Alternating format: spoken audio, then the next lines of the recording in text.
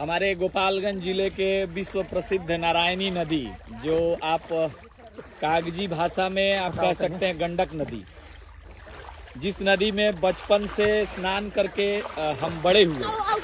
बाद में मजबूरीवश प्रदेश जाना पड़ा, अपना पश्चिम बंगाल। वहाँ भी नदी जो है हुगली नदी गंगा ही है, तो वहाँ भी उनका सानिध्य मिला। और यहाँ तो जन्म से और बचपन में हम लोग इसी में नहाते थे, रहते थे।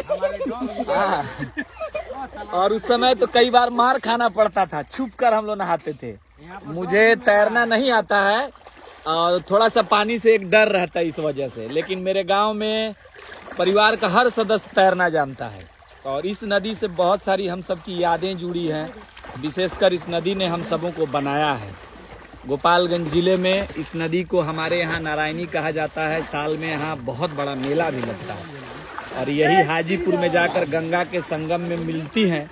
तो हाजीपुर का बहुत विश्व प्रसिद्ध मेला जो है गंगा और गंडक के संगम स्थल पर लगता है, जो बहुत मशहूर है। और शास्त्रों में जहाँ साक्षात विष्णु भगवान ने जन्म लेकर अवतरित हुए, विष्णु भगवान जहाँ आए और उन्होंने हाथी को बचाया था, यह भी उल्लेख है।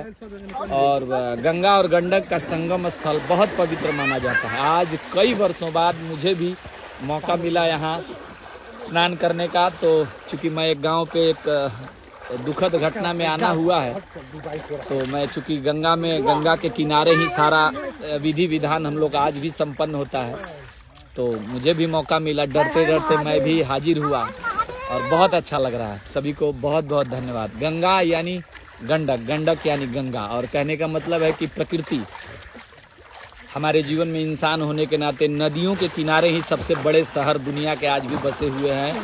और नदियों के बिना मानव जीवन की कल्पना अधूरी है। जल ही जीवन है, तो इसलिए प्रकृति का संरक्षण करना, उसका ध्यान रखना है, ये हमारे लिए ज्यादा जरूरी है। और सभी का जीवन तभी संभव है जब सबको हम लोग समय दें। जीव जंतु पर्यावरण सबका प्रेम और सबका सम्मिलित प्रयास ही जीवन है, पृथ्वी है, दुनिया है।